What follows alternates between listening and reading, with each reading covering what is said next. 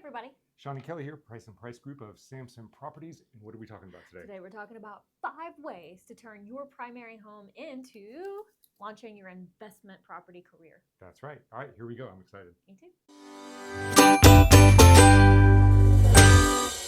All right, I'm excited about this conversation. I know you are. I'm excited about like 1.5 aspects of this conversation.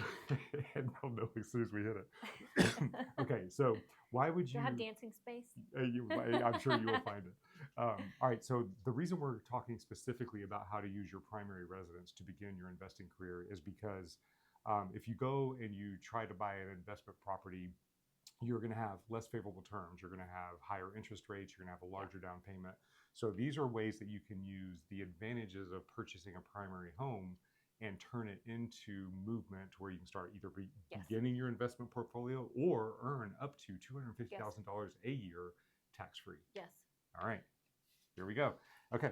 Wait, and before we get into this, yes, I want to make this little plea for everyone's understanding. Those of you who think that investing in real estate is so evil and bad and everybody needs houses, right? Well, yes, everyone needs houses, which is why we do need investors who are more capable for several reasons, right? Whether it's time, finances, opportunities to get these houses and then be able to offer them for rent or even sale for people later who do need housing and can't necessarily we're not get talking... it. So investing is a really good thing for everyone. Yeah, you'll see that this is some of these strategies will actually offer opportunities for low-cost living, actually, for people. I mean, I don't know, with us raising 4 kids in all these years, and we've been down and out a few times, I don't know what we would have done without landlords who had homes big enough for our family and everything, offering to rent it to us. So that's my little boop, boop, boop about why investing is awesome. All right, so our first strategy is to be, the first one is rather obvious, but a lot of people may not know this, so I guess it's really not that obvious. Well then. You can actually purchase multifamily properties, duplexes, triplexes, and fourplexes using residential lending. And if you are moving in the house as your primary residence and living in one of the units, then you actually can take advantage of these primary residence lending options. And then you can rent the other units out. So, for example, if you buy a fourplex, and it's only up to 4. It's I don't know only if you said that, but it's only up to 4 units. Yeah, if you buy 5 units or more, it's considered commercial property. That's a whole other world. It's always investment and everything else. So first thing is to quote unquote house hack, which we're going to dive into in a second. By buying a multifamily property, you live in one of the units and rent the other units out. And the beautiful thing about that is you can actually get the majority of, or sometimes even all of your mortgage payment paid by these people that you're renting to. And then when you're ready, you move out of the unit you're living in, you rent that one, you've got a hold property that's now cash flowing for you, and you have begun your investment journey. I love this. I really love these. Remember when we were in Virginia Beach and we saw the beautiful duplexes and fourplexes? I'm like, oh, that's what dreams are made of. That's right. That's right. Now, these are hard to find here in Northern Virginia, but you can find, like in Arlington, you can find houses where the basements have been converted, so it's in essence functioning as a duplex. That's so true. So that's strategy number 1, is to buy a multifamily up to 4 units. Strategy number 2 is live in it. Yes, okay. That's going to be the key for a lot of these things. Live in it, right? Yeah, and that's for all of them. Yeah, that's a good point. So it depends on what your lending program is. Some programs require you to live in the property for 6 months. Some programs require you to live there for a year before you can turn it into an investment property. And what that means is, before you move out of the property to move on to the next one. With a fourplex, you can immediately turn it into an investment property because you've got people living there and you're in the property. Same thing with house hacking, which is option number 2, is you buy a 4-bedroom house, for example, you live in one of the bedrooms and you rent out the other 3. This is not everyone has the family life or the capacity within themselves to do such a thing. This is roommates, right? I kind of made a face. I didn't mean to. This is roommates, and roommates are fun. They can be if you can tolerate this, but you can't. So Lorelai would love this situation. She would absolutely love it. So you buy a fourplex, you rent out some rooms, and if you can rent out rooms for $1,000, $1,250, $1,500, in essence, again covering your mortgage. You live there for the required amount of time, and then there are 2 exit strategies for the actual house hacking. Number one is you can move out after the required time and then rent out that extra room, and now you've got a cash flowing property. And in Virginia, you can have 4 non-related people living in the home. Yeah, so up to you 4. can up to 4.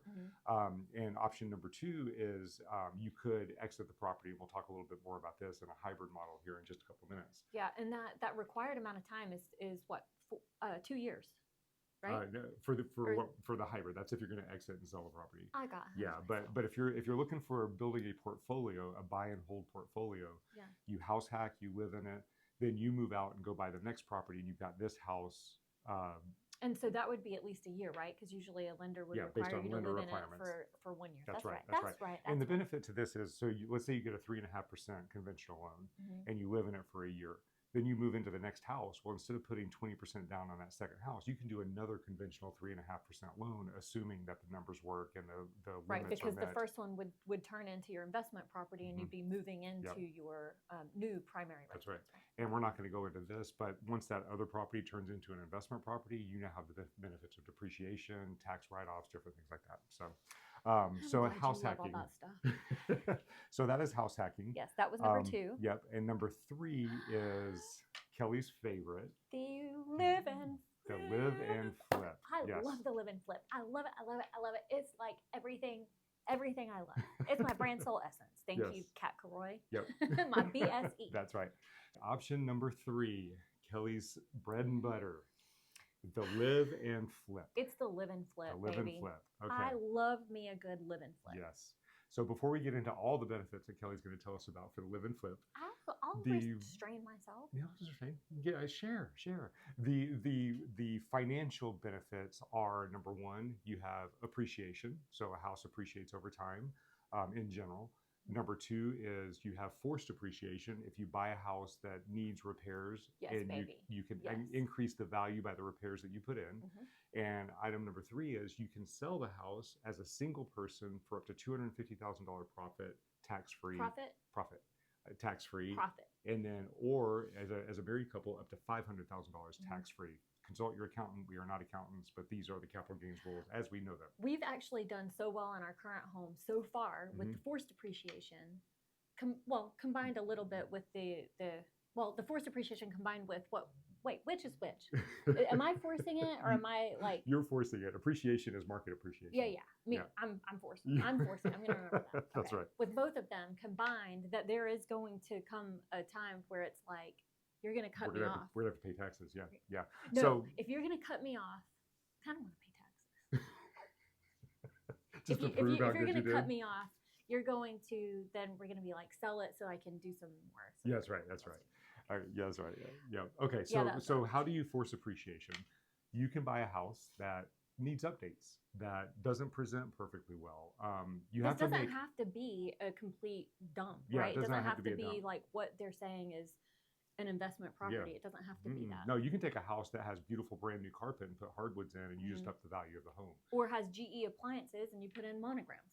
Yep, that could do it. Now you have to be careful with the things that you're doing, like a new air conditioner, roof changes, things like that. Don't always give you a return on your investment. Yeah. But you have to. So you have to make your investments give you value above what you put into it. Yeah, and you do. Yeah, you have to think about that. Like right now, we're staring down the barrel of like, we really need to upgrade our HVAC. Mm-hmm. But I know like if we're gonna sell it, nobody's really gonna know that our master bedroom gets really, really hot in the summer and really, really cold in the winter. But when they come and look and see like what I've done instead, that, my friend, that will be a good ROI. Now let's talk about who this is for. Okay. This is important, right? Because this is we all have a tendency to flavor what we talk about based on our own experiences, and that's why I love talking about this, because our experience is 25 years together and 4 kids and tons of pets and everything, right? So as I mentioned, loving the fact that we had private landlords, owners, you know, who would rent to this situation that is me. To raise a family, you don't have all the money and all the time, and you need more space to do these things while you're raising your kids. So it doesn't get in the way of your life like these other situations would. So it's open to you too. It doesn't matter really what your family situation is. There's still a way for you to do a version of house hacking, which is the live and flip. Yep, that's right. Yeah, and so the rules on the live and flip is you have to live in the house for 2 years of the previous 5 years.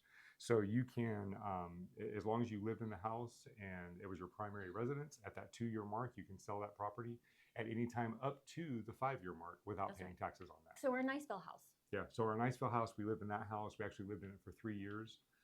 We bought it, we lived in it, we updated it, and when we sold it for $130,000 more than what we had bought it for, and that money was tax free. Yeah, and that was before all the boom, prices were going. Our current home is appreciated about $240,000 in the last 2 years, and if we decided to sell at that point, that profit would be tax free. Yes. So that's the beauty I of got this. a ways I get to go. Yeah, so that's the beauty of this is you can generate that cash, you do it tax free. Yeah. And then that moves you into. Yeah, and right now our kids are still staying in a really great school district, right? We have that stability for the family, and then but we get to know that we're still still beginning our investment portfolio. process. Yeah. So Kelly's really big on the house is your savings account, for savings account. So when you're doing this live and flip model, the only time you really capitalize on the money that you're bringing in is if you refinance and pull the cash out and then use that to invest on something else, or if you sell it for a profit. So this gives you the opportunity to do one or both because you can always refinance as well. That's right. Okay, option number 4 is a hybrid. Okay. So we had some confusion as we were talking about this a little bit earlier. So a hybrid would be you buy the house, you live in it, you take your time because you're living there and you're renovating the house and getting it updated and everything. And then it's like you act as if your goals are the live and flip that we just talked about, when really your goals are to then bring in the renters and do the house hack. Right. So then you've got more time that you're in the property, and the benefit of doing that is you've got the time to make the house nice. Then you bring the renters in, and they're covering the majority of your mortgage over that time. So that gives you even more time to gather appreciation. And then when you're ready, you can decide to either sell the property and take the profit, tax free, or you could move out and go and get another property and keep that as a rental. So it just gives you an option there. So for example, that is something that we're considering doing. We only have 4 years probably until the last of our kids are out of the house. So, we might still, it would be our primary residence. We would stay there the required amount of time, but we could, at this point with what we're doing, we could rent out all these rooms and go spend several months away from the roommates in like Spain. Yeah. And keep it as our primary residence. Now, there's another option too that goes beyond this, and this is one of my favorite ones. It's called the stack, the live and flip stack. So this can be played out in any way, shape, or form. You can combine it with house hacking or whatever you want to do. But as long as you live in the house for 2 of the previous 5 years, then what you do is, so let's say, for example, you live in the house for 2 years, you move out and buy another house. You rent the first house for 3 years. At the end of that 3rd year, that's year number 5 that you've owned it, you sell it. Then the second house hits the point where that's now the 4th year of that house. Yes, and then you can sell that house. And then, so basically what you do is you get to where you're earning $120 or $250,000 to $500,000 per year tax free because you're stacking these live and flips. Yes. It's a beautiful But how would strategy. anyone have the time to do the real good heart and soul? Not everybody's worried about that. So that's how you. And you do I can tell. You know what? All these listings, I can tell. And you do have to take into account that when you do rent a property for 3 years, it's going to get some wear and tear.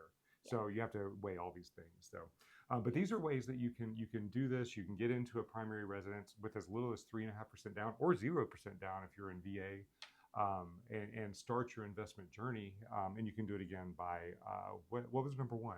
Oh, purchasing a multifamily. Number 2, house hack. Number 3 is the hybrid. No, the live and flip. The live and flip. To forget. Number 4 is the hybrid, and number 5 is the stack. Totally confusing. Okay. Clear as mud. Clear as mud.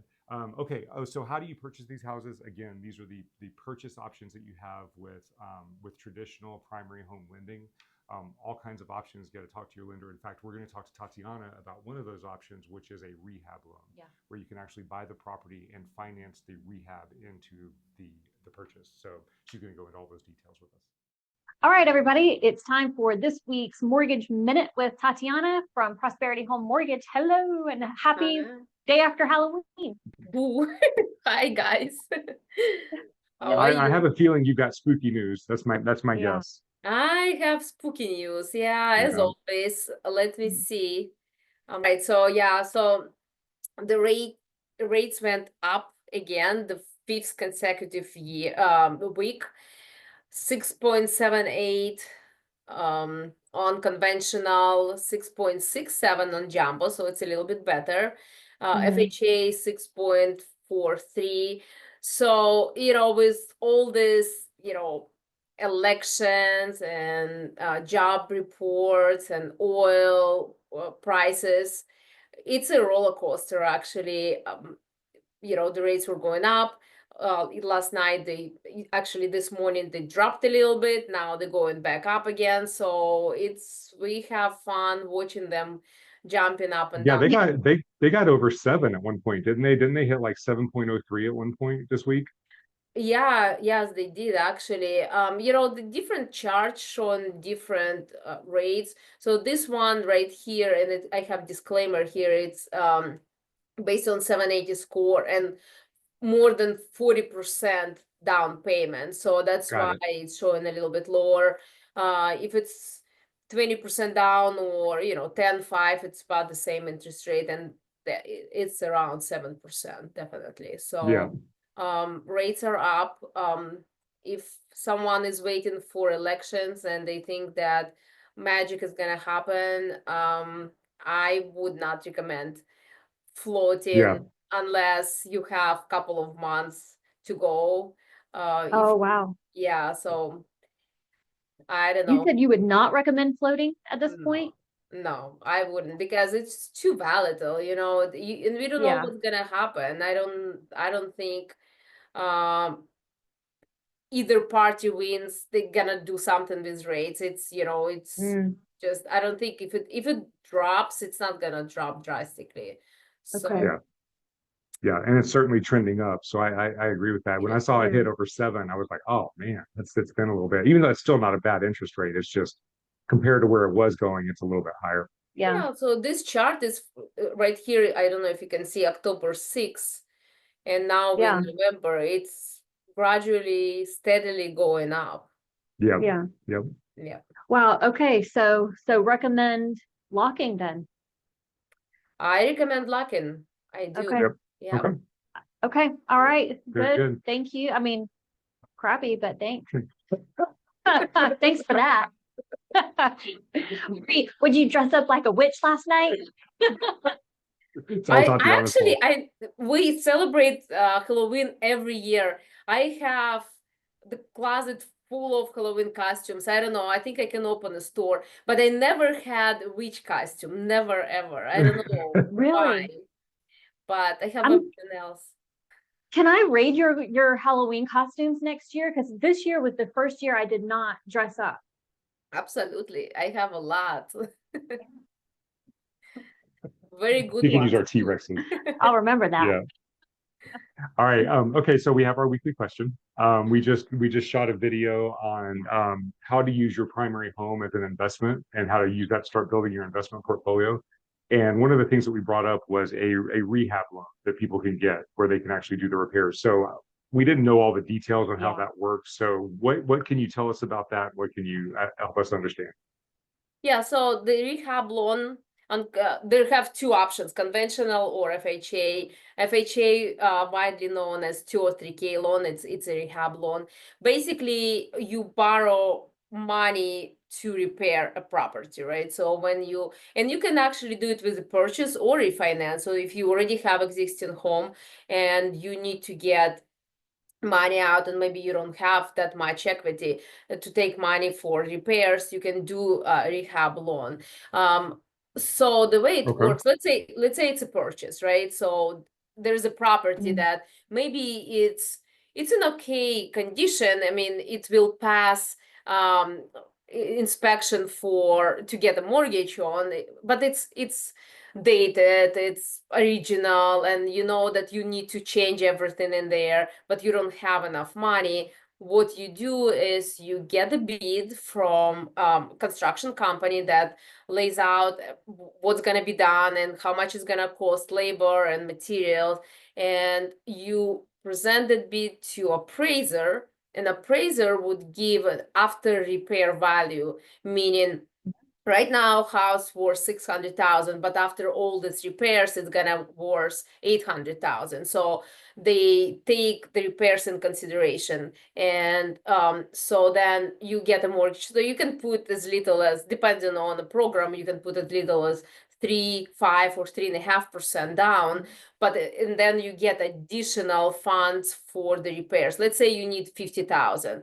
They're gonna put them in an escrow account, and then the repairs will start after the settlement.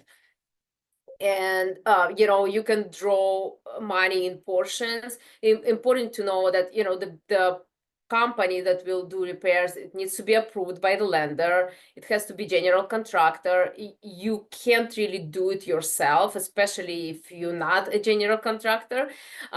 So it has to be a company, and then they need to understand that the money will be dispersed in portions after the job is completed, and you can divide it into few different sections, right? So you'll do the kitchen, we'll give you the money. You'll do the bathroom, we'll give you the money. So that's how it works. And the repairs would have to begin within 60 days of after settlement, and typically complete within 6 months, but it depends, there is extensions available depending on maybe the weather, or if materials were delayed or something like that. So there's always that extension possibility.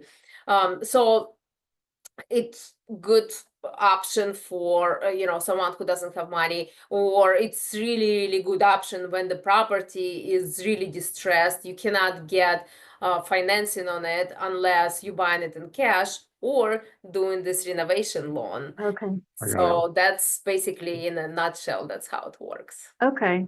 And it's almost kind of a benefit because you've got somebody kind of looking over your shoulder to make sure that things are done correctly. And it's kind of a second set of eyes that have experience looking to make sure your contractor is doing it correctly.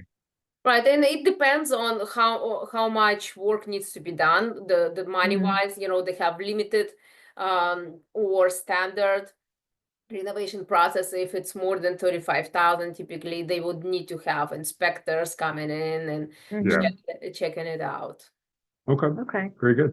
Did you have something you?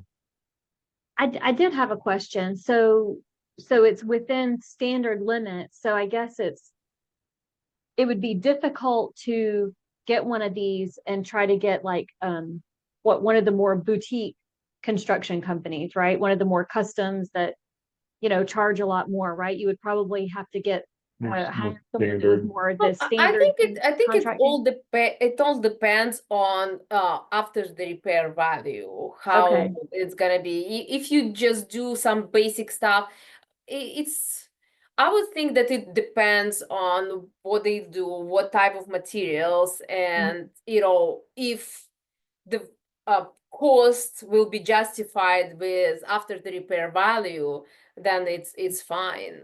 Then it's fine. Okay. I like that option. I think that's really great.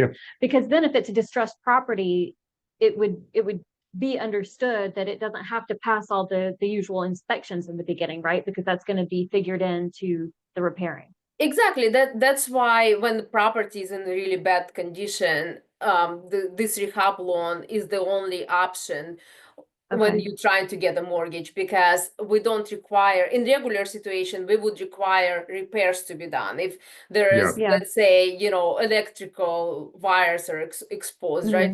We're gonna say it's a hazard issue, so it needs to be fixed before we loan the money.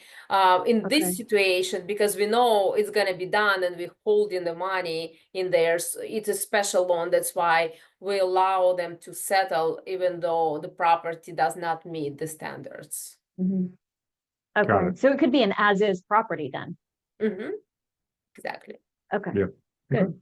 Okay, and this is conventional has something and FHA has something, but does VA have anything? VA does have. We personally don't work with this type of program, so I don't know much about it, but I would imagine it's the same type. But we don't work with The that. Similar. VA buyer could maybe find something. Yep. Okay. All right. Very good. Thank you. Yeah, that's helpful. You're very welcome. All right. If anybody needs you, how do they get in touch with you? Call me at 571-245-3000. All right. Right. Very good. We will Thank see you you. next week. We'll see you next week. Bye. Hey, everybody. Sean and Kelly here, Price and Price Group. And what are we talking about? This is the weekly market snapshot, everybody. Yay! What's happened in the Northern Virginia real estate market in the last 7 days in under 5 minutes? Here we go. Why do we do this every 7 days, Sean? Because when you are looking at market stats that you get from the news, That's right, market snats. Yeah, market stats. That's what you said. Anyway, if you're looking When I at pull me up some market this snats, is the market I'm always snapshot. like, what? Snapshot. All right. If you're looking at sold data, Snapshot. No, I like it. I'm committed. Okay. If you're looking at the market snapshot, if you're looking at sold data, that sold data can be up to 45 to 60 days old because of the time that it takes for the data to actually, the transaction to actually occur. So you're making decisions that are in hindsight. You're using lag data.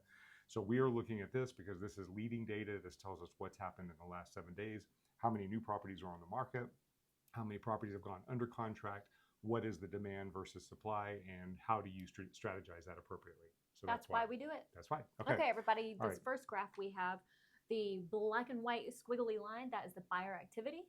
That's how many homes have gone under contract in the last 7 days in the Northern Virginia real estate market. The teal line underneath, that's the seller activity. So in the same area, same time frame, that is the number of new listings we've had go on the market. Yep, that is right. And then over here is our seller's market versus buyer market, which we'll dive into. So with this beautiful graph that Kelly has updated to make it so obvious what's happened in the last 7 days, you can see that buyer activity has increased again.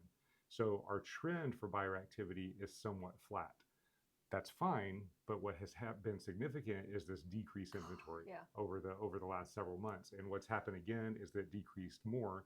So this gap of demand versus supply increased. Okay, so let's talk about what this means, because we have, like, I think last week, you viewers who saw it, we were kind of lamenting a listing we had where we had tenants in place and everything, and it had been sitting on the market. We've had, you know, all of that. Well, now with this that we've seen happen in this last week, we now have what, four offers in hand and are expecting another one. Yeah. So and that happened like just within the last 24 hours. Yeah. So we are seeing that market activity pick up. That's what happens when this happens. We have another market that we actually took, another listing that we actually took off the market for a period of 3 weeks because we had tenants in place and we're having a hard time showing the property. Prior to that going off the market, we had one showing in that week. As of now, we already have 3 showings scheduled for this week, and we're expecting that to move really quickly as well. So the market is picking up with that activity, and you can see it over here. Kelly so graphically, beautifully demonstrated. Stop bragging, because I'm looking at this like, man, that could be so much better. So don't say that anymore. All right. So this line right here is our normal market, and that's a good, normal, healthy market. Anything above that is going to be a seller's market. Anything below it's going to be a buyer's market. And you can see that we have just been slowly increasing back into that seller's market to the point that we're actually higher than we were last year at this time. Oh, wow. So we are if the trend continues. Which is surprising for it being the election year. Yeah, it is a little bit surprising. Okay. So we're going to see how this plays out, if that's going to continue, but that is the trend. We're moving in that direction. So buyers, it is really important that you are strategic, you're realistic, and you talk with your agent about how to write your offers to protect your interests while at the same time writing a strong offer. Sellers, you still have to put your property on and have it ready to go. It has to. You can't just throw it on the market and get highest value, because some properties are sitting. But but if you're willing to prepare your property, you can get it out there. You'll get multiple offers, and you'll get top market value. That's true. And that's if you have tenants in place, if they participate. We're so bitter about the tenants in place.